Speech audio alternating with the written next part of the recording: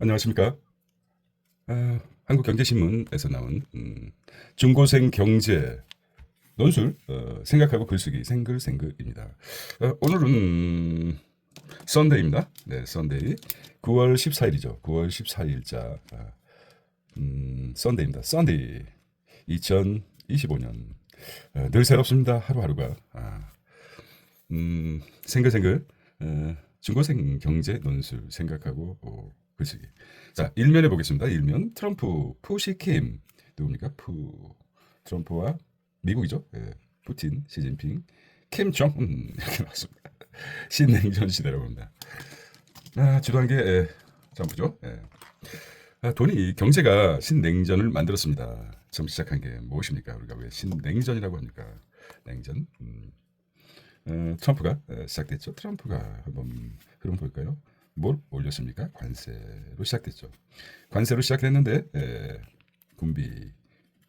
군비를 증강시켰습니다.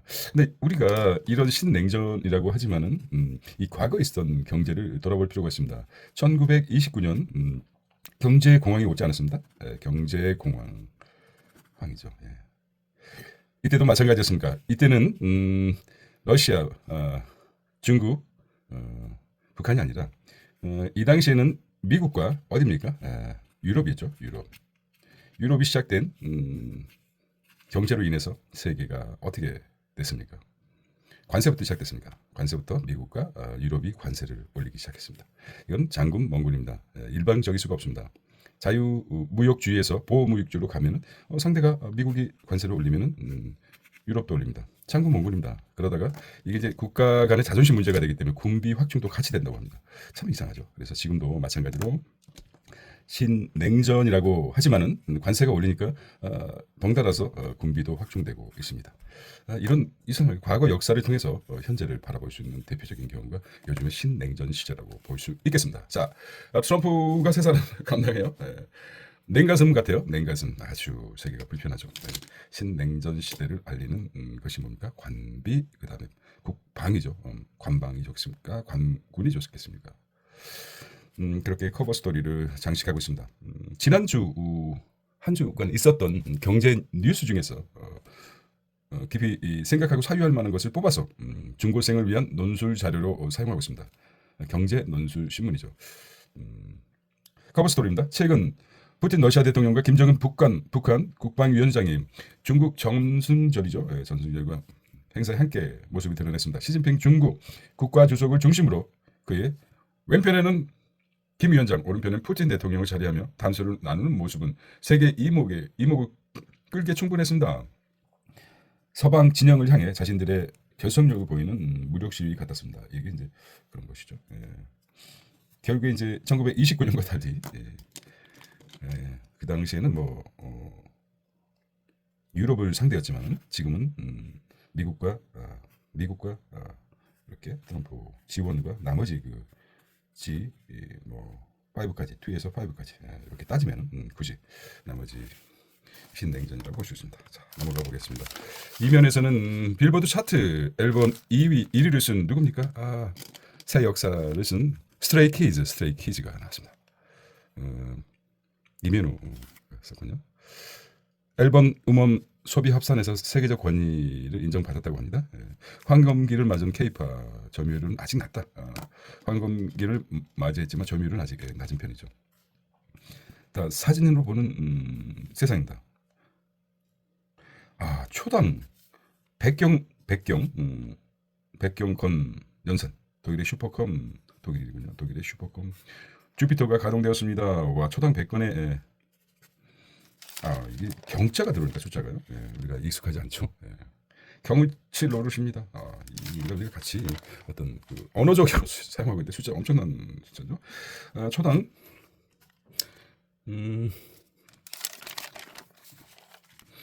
보겠습니다.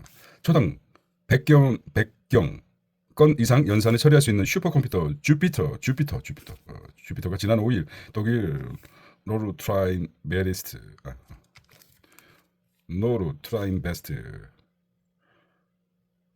팔렌주 웰리 연구소에서 가동을 시작했다는 겁니다.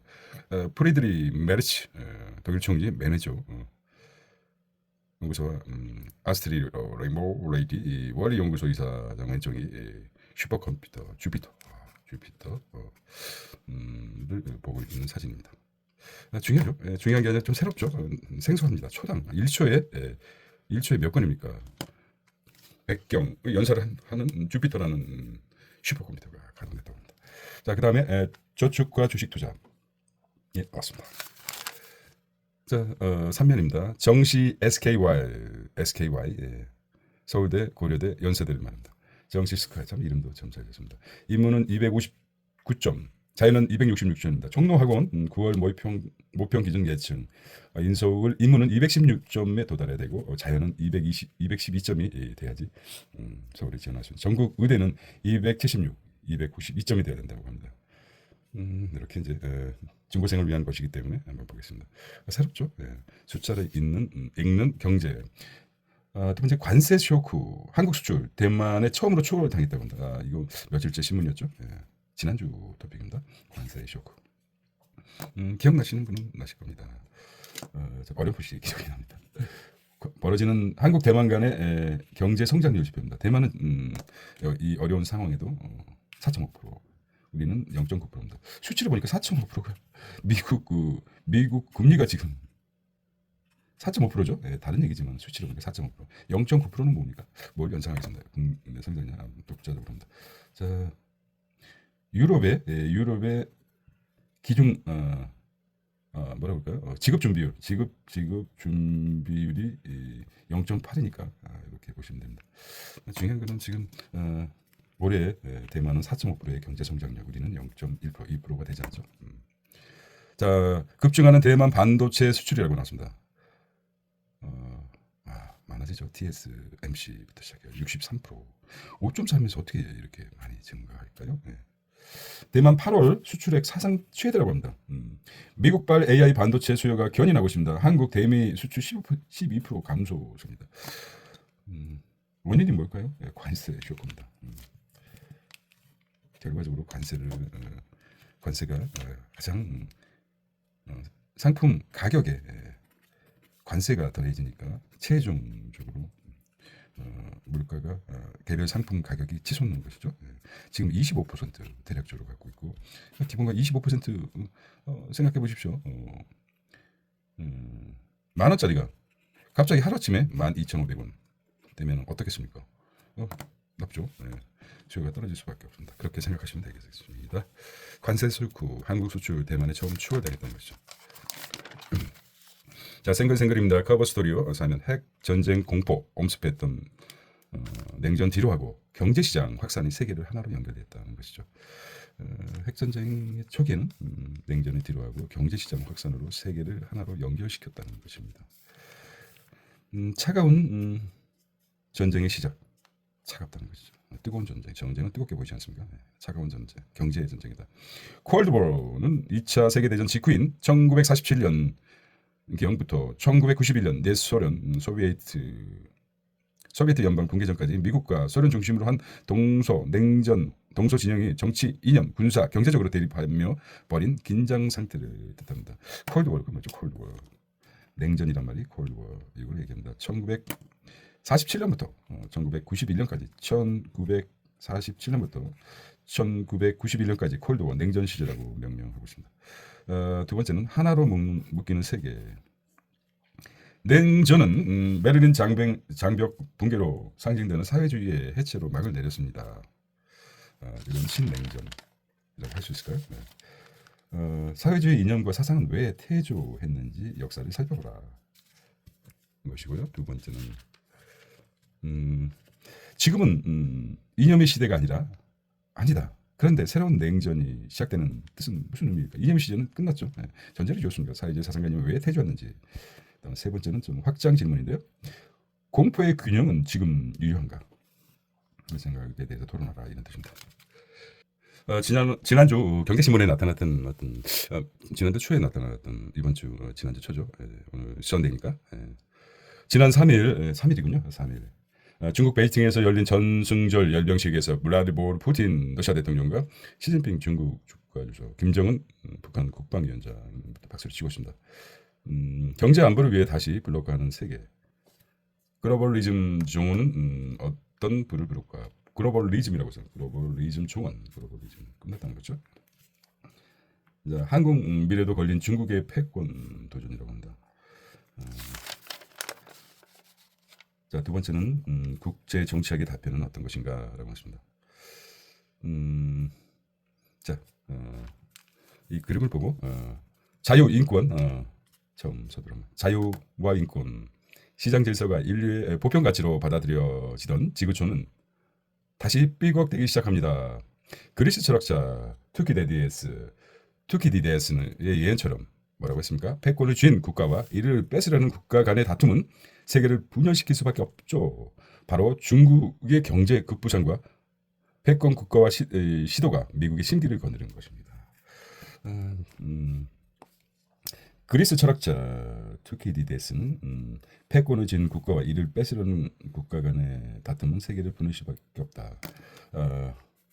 투키디데스의 패권을 쥔 국가와 이를 뺏으려는 국가 간의 다툼은 세계를 분열시킨다는 것이죠. 당연하죠. 뭐 세계뿐만 아니라 패권을 쥐고 있는 회사를 뺏으려는 2위의 그 진격이 사회 구조를 변화시킬 수밖에 없다라는 거예요. 지나고 보면 당연한 얘기인데 한참 생각하게 만든다. 자, 그래서 한번 이 책은 논술이지만 중고설의 논술이지만 질문을 생각하게 하는 문제를 보겠습니다. 좋은 질문은 사유를 더 발전시키죠. 미국과 중국의 국력, 경제를 비교해보자. 국력과 경제. 그 다음에 두 번에 투키디데스의 함정은 무엇인가? 투키디데스의 함정. 분열만 얘기했죠. 분열. 1위와 2위 간의 분열만 얘기했는데 함정은 무엇일까? 세 번째, 과연 글로벌리즘 시대는 막을 내린 건지 토론해보자. 글로벌리즘이 무엇인지 알아야 되겠죠. 그래서 글로벌리즘이 무엇인가? 정원이라고 했으니까 우리가 뭐 글로벌리즘 세계화. 글쎄, 알겠습니다.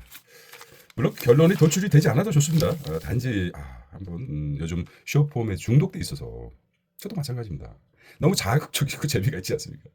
아주 짧으면서 짧은 시간에 집합체가 되다 보면 긴 시간이 되겠지만은 쇼폼 중독은 생각과 집중력과 창의력이 적이라고 합니다.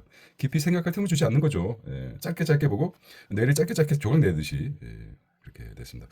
자, 이번에는 중대재해법에도 사고는 들어 이게 참 어떻게 쓰여져 있을까? 의문점이 들지 않습니까? 예를 들자면은 형사학에서 형사사법을 보면 범죄 예방을 위해서 형벌을 굉장히 중하게 높입니다. 그렇다면 범죄가 줄어들까요, 많이? 뭐 손만 아직도 그렇지만은 도둑질하면 손모가지를 잘라버린다. 그리고 뭐 어떤 범죄라면 가혹한 형벌을 했을 때 범죄를 줄어들까요? 근데 형사사법, 형사연구에 의하면 일시적이라고 할까요? 통계적으로는 그렇지 않다고 합니다. 네, 과연 그럴까 한번 보겠습니다. 이 통계가 중도의 재해처벌법 시행 후에도 중간 재근로자가 있다고 합니다. 재근로자가 법 시행이 2022년에 시행됐는데 2024년 아닙니까? 지난해까지 따져보니까 법 시행 내 13만 348명이었는데 2024년에는 증가돼서 14만 2,771명으로 14만 2,277 아니겠죠? 14만 2천 뭡니까 이게 숫자가 다시 한번 적어보도록 하나 2천 중간 중대재해 근로자가 14만 2,771명입니다. 15만 명이 좀 안 되죠. 대략적으로 우리가 수치를 기억하는 방법은 너프하게 15만 정도 한 해 동안 중대재해 피해 근로자라고 합니다. 2022년에는 13만에서 15만으로 늘어났다. 뭐 정확한 수치를 외우는 것도 중요하지만 대략적으로 러프하게 15만 명이 중대재해로 피해를 받고 있다는 것이죠. 중대재해 시행하는 이외에도 마찬가지입니다. 그래서 재비용 곡선과 최적 재비용 곡선과 최적 재해 예방 비용을 보겠습니다. 재해의 비용 총 비용 곡선, 재해로 인해서 기업과 근로자 손실 플러스 재해 예방 비용을 이렇게 나타납니다. 올라가죠. 그 다음에 재해 비용 곡선, 재해로 인해 기업과 근로자 손실이 증가되고 있습니다. 그럼 재해 예방 비용 곡선은 내려가고 있어요. 이해가 되십니까? X축에는 비용, Y축이죠. Y축. X축에는 X축. 오랜만에 씁니다. Y축. Y축은 비용이 증가. X축에는 재수준이 증가되는 양이죠. 재수준. 총 비용 곡선은 좀 내려가는 이렇군요. 얘기가 되네. 비용이 내려갔다가 갑자기 이 기준이 얼마 재수준 올라가고 그다음에 재 예방 비용 곡선은 결과적으로 떨어진다. 그리고 재 비용 곡선은 증가한다. 이렇게 보시면 되겠습니다. 와우. 아주 단순한 곡선을 그렇습니다. 비용과 재해 수준. 그러니까 재해 수준이라는 게 이게 좀 저는 의문점을 갖고 있는 게 이 재해 수준입니다. 재해 수준. 재해 수준으로 인해서 올라가지 않았나. 재해의 수준을 넓힌 게 아닌가 그런 생각이 의문이 들지 않습니까? 과거보다 어떤 뭐 위생뿐만 아니라 여러 가지 앞서가는데 과거로 회귀한다는 게 참 의문점이 있습니다. 재해 수준의 범위를 얼마나 확장시켰나 한번 읽어보도록 하겠습니다. 재해 예방 비용은 확실, 효과는 불확실이라는 거죠. 중대재해법 사업주 주의력이 높이지만 근로자 주의 수준이 낮다는 연구들. 중대재해법의 가장 큰 것은 중대재해법은 사업주에게 주의력은 높인다. 이거 안 돼. 그러면 재고랑 산단 말입니다. 근로자 주의 수준은 낮춘다는. 결과적으로 이제 뭐랄까요? 어떻게 얘기할까 연구들 같은. 전문가는 엄벌로 산재를 줄어들지는 의무라고 합니다. 법률과 마찬가지로 전문가들은 산재로 인해서 엄벌로 인해서 산재를 줄어들지는 의무이다. 예방 활동에 인센티브를 주는 게 합리적이다. 어찌 보면 예를 들면 범죄와 같은 거죠. 범죄율을 줄이기 위해서 어떻습니까? 형벌을 아주 엄격하게 높인다 하더라도 결과적으로 범죄율은 줄어들지 않는다는 형사 정책학의 연구 결과의 어떤 결과물입니다. 여기에 대비해서 중대재해도 마찬가지로 예방 활동에 치중해라. 결과에 나와서 예방 활동에 치중해야 될 것이지 예방 활동에 인센티브를 주는 것이죠. 범죄도 마찬가지입니다. 형벌을 높이는 게 아니라 형벌을 줄일 수 있도록 순찰이라든지 CCTV를 더 설치한다든지 이렇게 해서 범죄를 낮추는 게 똑같은 원리라고 봅니다. 우리가 기억할 것은 중대재해 처벌 이외에도 15만 명 15만 명이 증가됐다. 과거 한 13만 명에서 이제 15만 명으로 3년 전보다 올라갔다는 것을 좀 기억해 주시면은 두 사람 커먼 센스가 하겠죠. 사전 예방보다 사후 면피가 합리적이다. 뭐 이렇게 무슨 말이에요? 자, 그래서 산재 근절과 집값 안정이 또 왜 나옵니까? 이게 참. 자, 근로자 협조에 달린 중대재해법의 효과. 그렇습니다. 기대 효용 이론에 대해 알아보자. 기대 효용 이론. 생소합니다. 경영자가 낙관 편향에 빠지기 쉬운 이유가 무엇인가? 중대재해법의 효과를 내면 어떤 것이 필요할까? 효과를 내려면 그래서 전문가들은 인센티브를 줘야 된다. 이렇게 얘기를 하죠. 요거니까 효과가 이렇게 이제 지금 요 부분에 대해서는 한번 그렇습니다. 한번 봤으면 좋겠습니다. 한번 읽어보도록 하겠습니다. 이것만 읽어보도록 하겠습니다. 빨리 돌렸습니다. 자, 형법학자들은 엄벌주의가 범죄를 줄일 수 있는지에 대해서 회의적이라고 합니다. 그렇다면은 산재 예방 또한 처벌과 제재만으로 한계가 있다는 것이죠. 예방 활동을 할 때 주는 인센티브를 늘리는 방향으로 법 제도 개선이 필요하다. 결과적으로 얘기를 했죠. 인센티브를 올려라. 형사정책 형법학사들은 회의적이다. 엄벌주의가 범죄를 낮추는 게 회의적이다는 것이죠. 따라서 이와 비슷한 것으로 예방 활동에 할 때 인센티브 방면을 올리는 법이 좀 필요하다는 것이죠. 결과적으로 그거죠. 예방이 더 중요하다. 이렇게 보시면 될 것 같습니다. 자, 이슈 주 4.5일제 근무제 도입해도 되나라는 큰 이슈가 찬반 이슈가 나왔습니다. 찬성 쪽에 근로자의 삶의 질을 직접적으로 개선해요. 노동 집중도를 높아져 생산성을 질을 향상시킨다. 그다음에 반대는 무엇입니까? 비용 부담으로 기업 경쟁력을 악화한다. 노동시장의 이중구조, 사회적 갈등이 심화될 것이라는 비용 부담으로 해서 나왔습니다. 찬성 반대 돼서 나왔습니다. 이게 핵심이죠. 찬성하는 측에서는 뭐라고 합니까? 찬성하는 측에서는 근로자의 삶, 노동자의 삶의 질이다. 반대하는 측에서는 비용 부담이 커서 노동시장 이중구조가 된다. 이제 나름대로 이제 결론을 냈죠.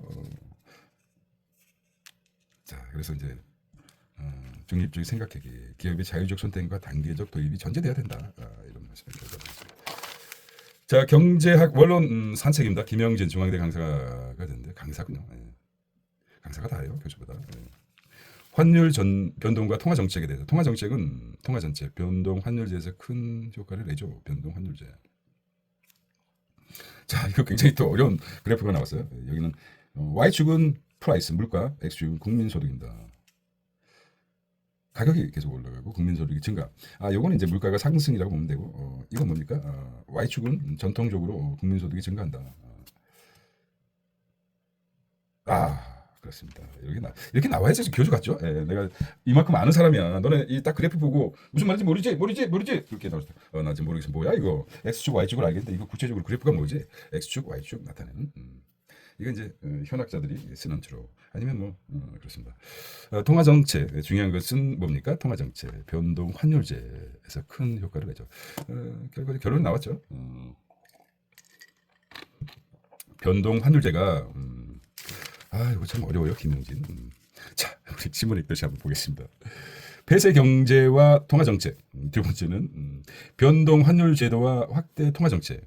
세 번째는 자금 이동의 정도와 확대 통화 정책. 와, 이건 읽지 않고서는 도저히 알 수가 없겠어요. 제목 폐쇄 경제와 통화 정책. 그다음에 변동 환율 제도와 확대 통화 정책. 세 번째 자금 이동 정도와 확대 통화 정책. 와우. 자, 요거만 읽겠습니다. 살펴보겠습니다. 지난주 변동 환율 제도에서 재정 정책의 효과를 확대 재정 정책 중심으로 폐쇄 경제와 비교해 살펴봤습니다. 이번에는 통화 정책의 효과를 보겠습니다. 지난주에 마찬가지로 변동 환율 제도를 가정하고 확대 통화 정책 중심으로 폐쇄 경제와 비교할 것입니다.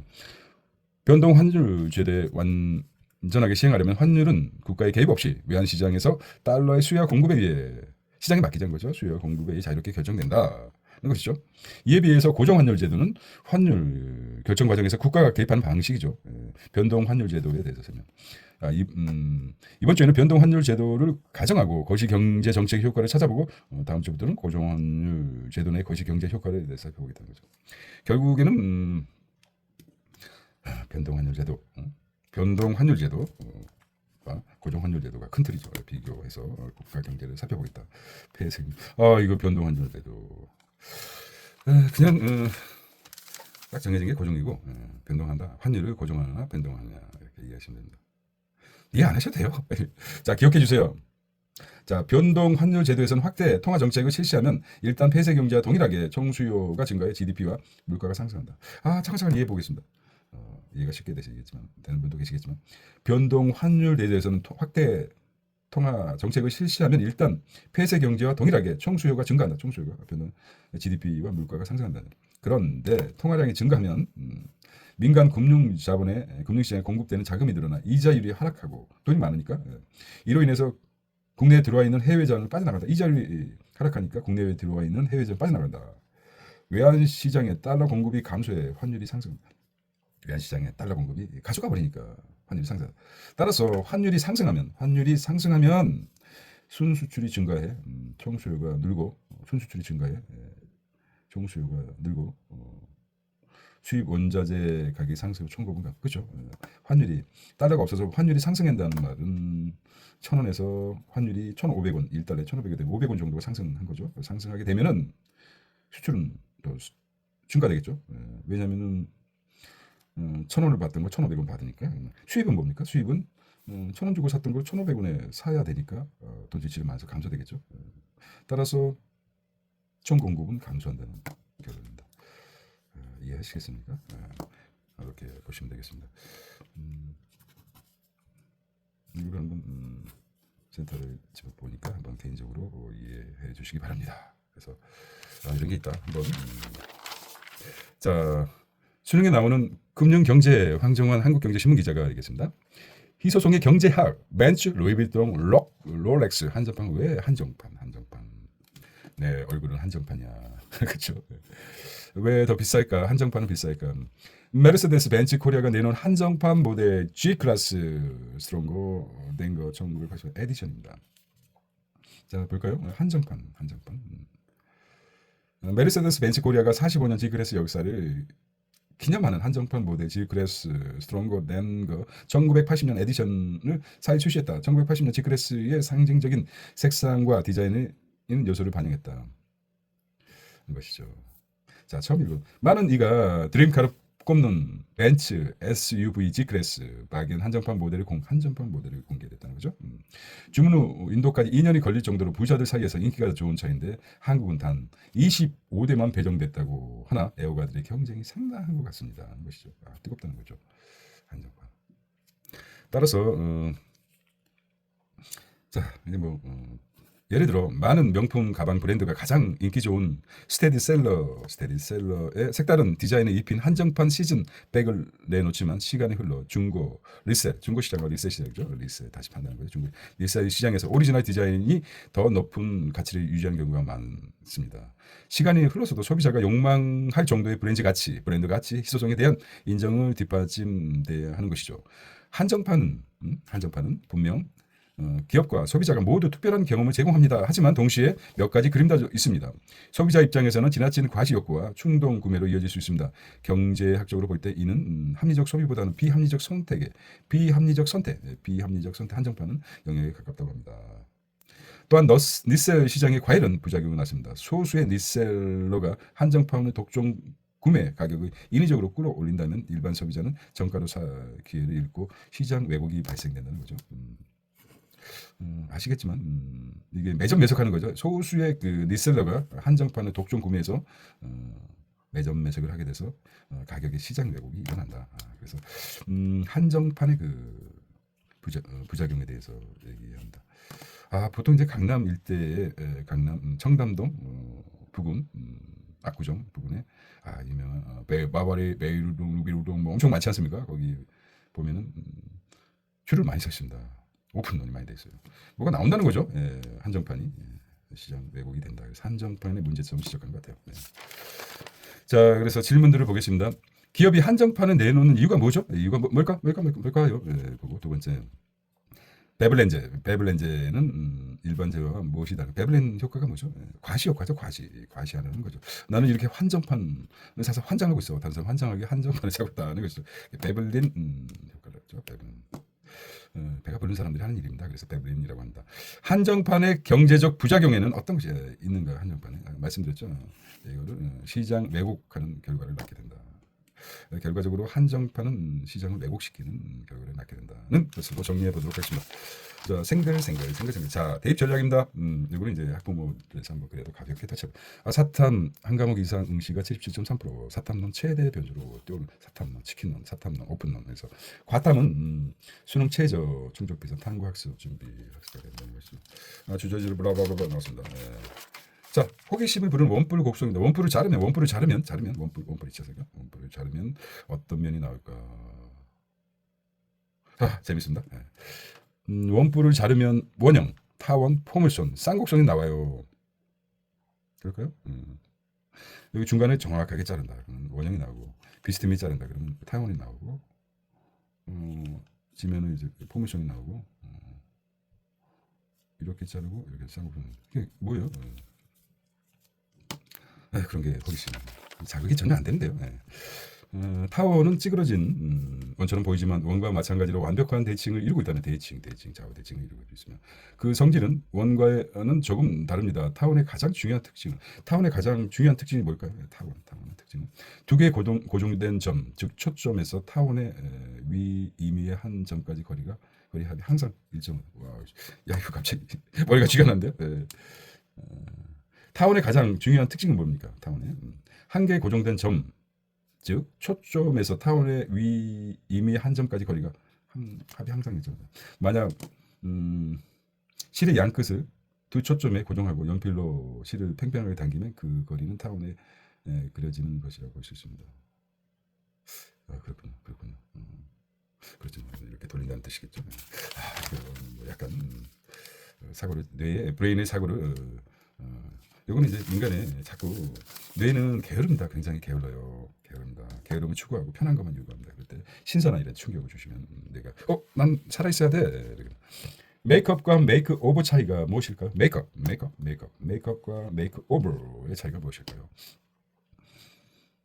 디즈니 마블 스타워즈 이야기 한국 애템 스타일이 재탄생했답니다. 슈퍼맨, 스타워즈 이거 뭡니까? 커먼 순 투 웹툰 어드벤처죠. 어드밴스, 어메이징 스파이더맨, 스타워즈. 그래서 디즈니 마블스 앤드 스타워즈 스토리스 will receive the Korean webtoon makeover. 메이크오버가 이게 이게 전체 문장에 디즈니 나왔죠. 예, 여기에 이제 주어 이 형식으로 된 S 플러스 V 이 형식으로 된다. 그죠?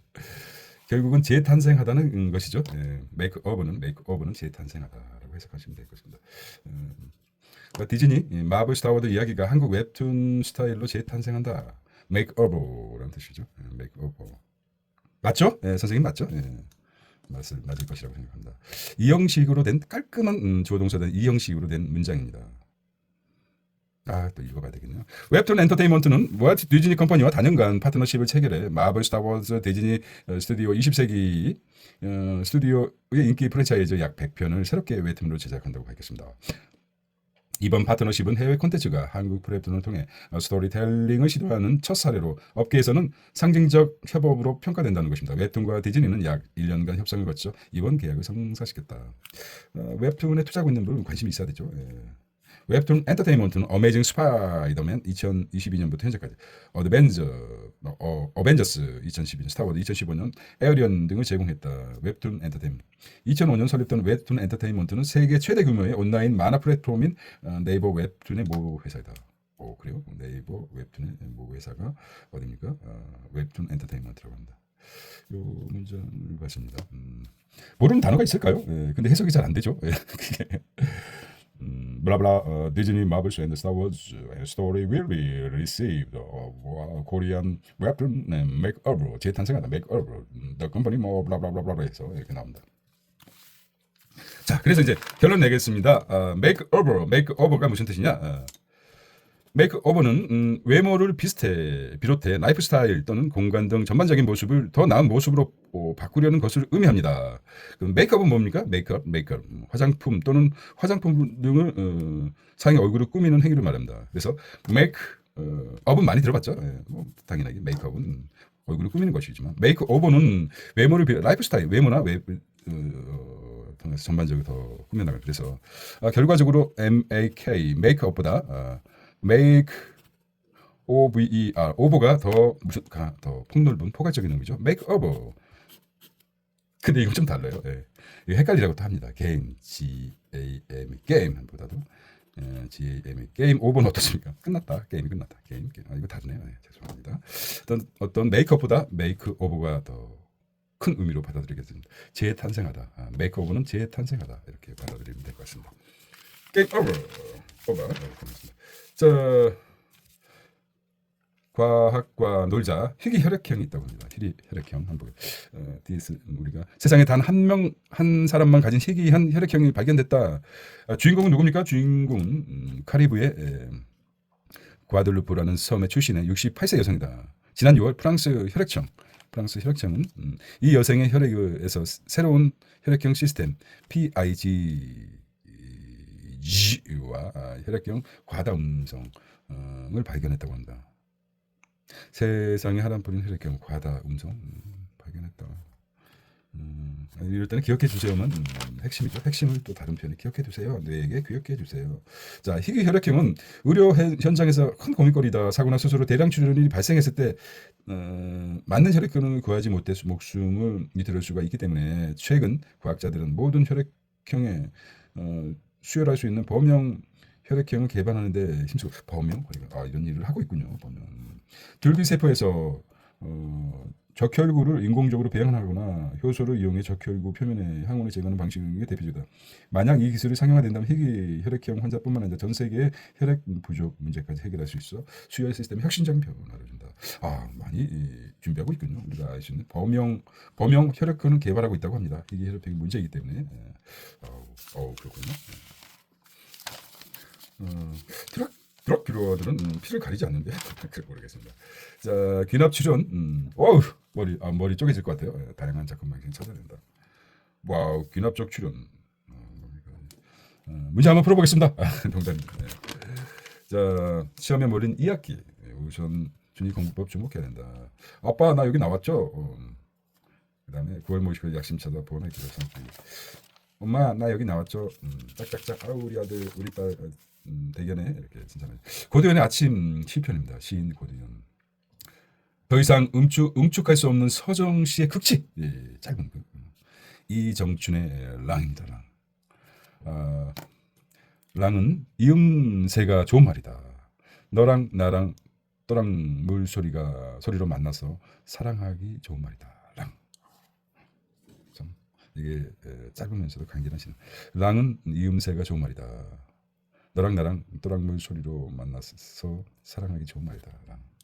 대표적인 말이 사랑이죠. 예. 자, 어리고 배고픈 자식이 고향을 떴다. 아가, 애비 말 잊지 마라. 가서 배불리 먹고 사는 곳, 그곳이 고향이란다. 자, 음미해 보겠습니다. 음미. 시적 염결성은 그의 인생 전체를 관통합니다. 1941년 전남 순천에서 마부의 아들로 태어나 그는 가난과 고독으로 시의 길을 헤쳐왔습니다. 서정춘이죠.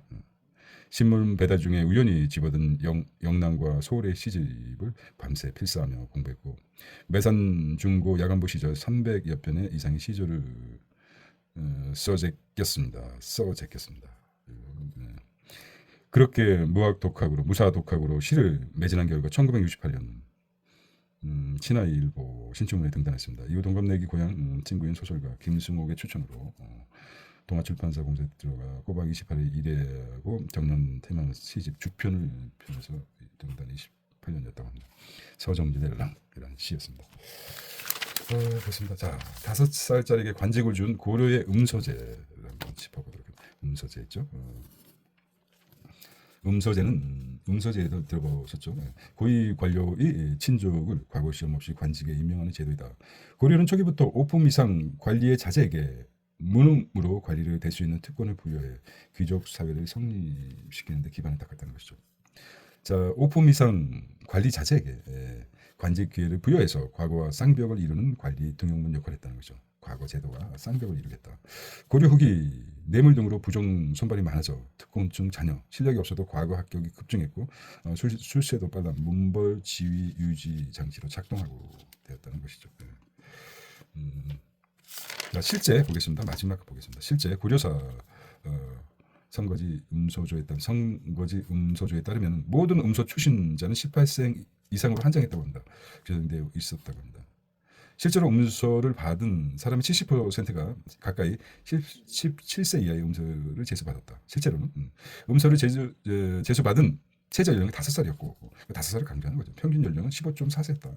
특히 고려 전기에 의종 때까지 평균 17.2세였던 음서 제수 연령이 충혈왕 충목안 시기에는 13세, 공민왕 공양왕 시 12세로 나눠졌고 후기는 가서 음소제도 낮아졌다. 그래서 고려가 망하게 될 수밖에 없는 그런 게 추론해 볼 수 있죠. 네.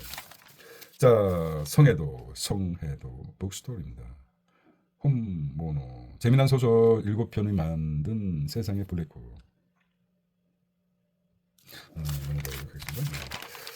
자, 열려라 우리말 진짜 사실 남발이 왜곡되는 우리말 진짜 사실 진짜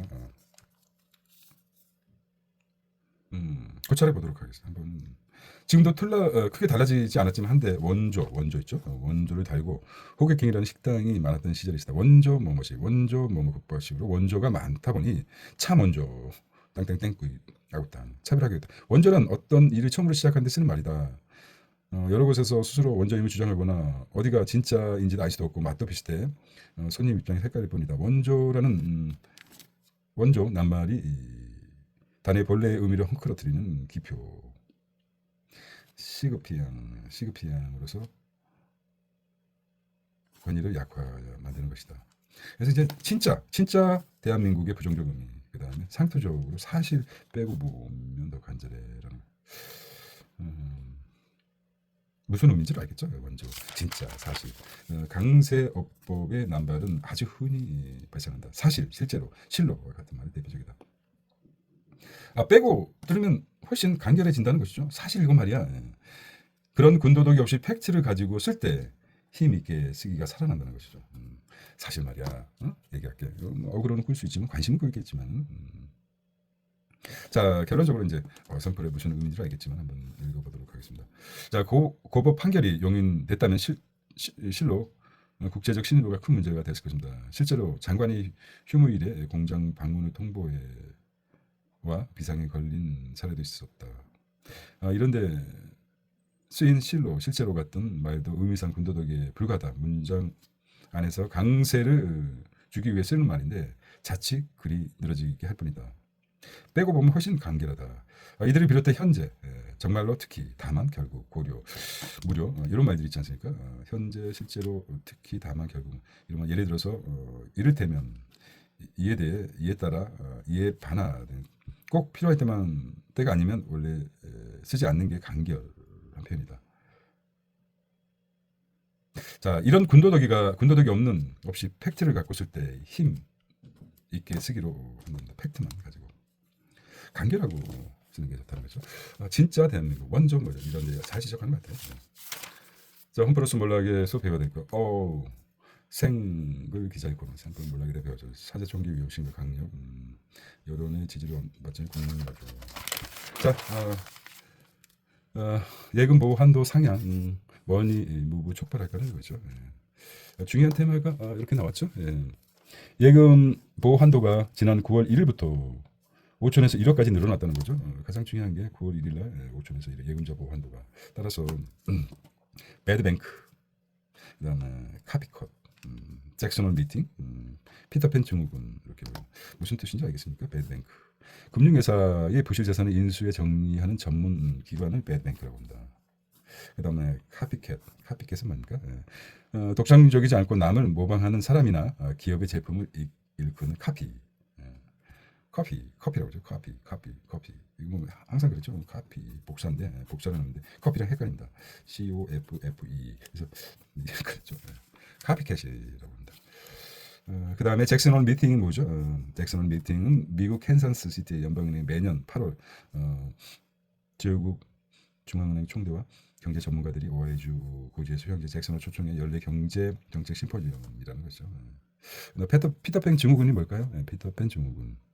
몸은 어른이지만 마음은 아직 동화의 세계에 머무는 어른이 사회적 적응이 없는 어른 아이 같은 성인들의 심리를 뜻합니다. 피터팬 증후군.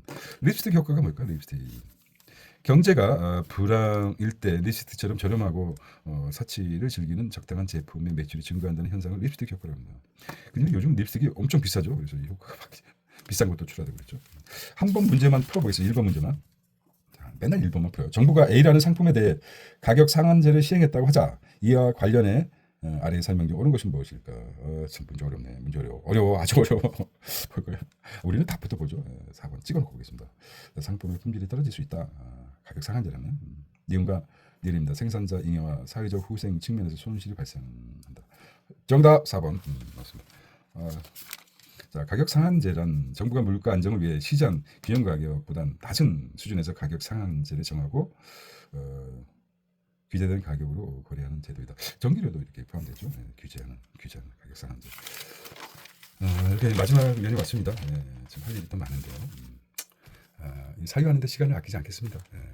자, 견소왈명이라고 해요. 견소왈명, 볼견, 자글소, 가로왈, 발건명 해서 사소한 것을 보는 걸 밝힌다고 한다. 미묘한 것을 감지하는 통찰력이.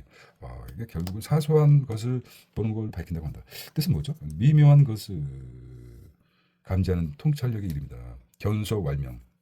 도덕경의 견소왈명이라고. 견소왈명. 신동엽 유튜브 견소왈명. 미묘한 것을 감지하는 통찰력의 이름이라고 합니다. 자, 오늘